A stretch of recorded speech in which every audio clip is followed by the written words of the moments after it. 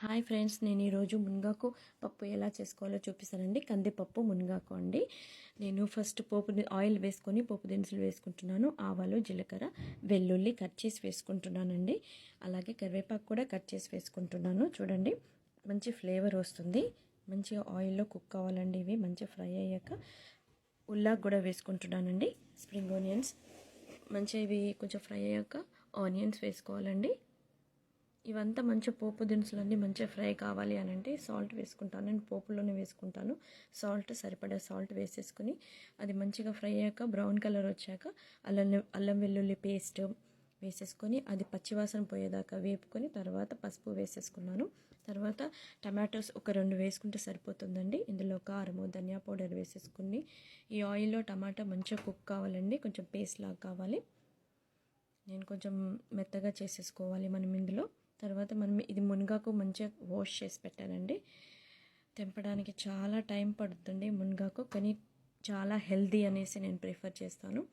అందుకే ఈ మునగాకు మంచి ఓపిక్గా తెంపేసి ఇప్పుడు పెట్టేశాను వాష్ చేసి. చూడండి, ఈ ఆయిల్లో వేసేసుకొని మంచిగా కుక్ చేసుకోవాలండి. ఆయిల్లో ఒక 5 మినిట్స్ 10 మినిట్స్ అట్లా మంచిగా ఆయిల్లో ఆ ఆకు అనేది కలర్ చేంజ్ అయ్యే వరకు మంచిగా కుక్ చేసుకోవాలి. ఇది కందిపప్పు అండి. నేను హాఫ్ అన్ అవర్ ముందు పెట్టుకున్నాను.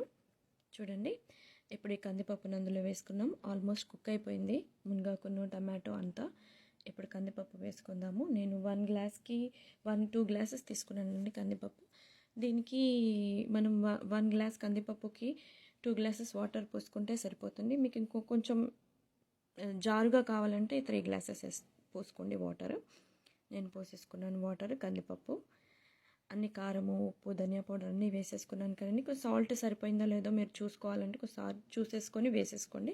ఇప్పుడు నేను కుక్కర్ పెట్టేసుకుంటున్నాను. నేను 2 మీద పెట్టేసుకున్నానండి. ఇది కందిపప్పు కాబట్టి ఇది లేటెస్ట్ మోడల్ కుక్కర్ అండి. దీంట్లో ఈజీగా అయిపోతుంది. 1 విజిల్ రావడంతోనే నేను చిన్నగా చేసేస్తాను. 5 మినిట్స్లో ఉంచేస్తాను, తర్వాత తీసేస్తాను. పప్పు రెడీ అయిపోతుందండి. చాలా విజిల్స్ రావడం అలా ఓల్డ్ కుక్కర్ లాగా ఇది లేటెస్ట్ మోడల్ అండి. చూడండి, ఇప్పుడు పప్పు అయిపోయింది, ఆల్మోస్ట్ కుక్ అయిపోయింది. ఇప్పుడు పప్పు దువ్వతను మంచిగా మెత్తగా అనుకొని కొత్తిమీర వేసేసుకొని సర్వ్ చేసుకుంటే గుమగుమలాడే మంచి మునగాకు కందిపప్పు రెడీ అండి. టేస్టీగా ఉంటుంది. మీరు కూడా ట్రై చేయండి. Thank you.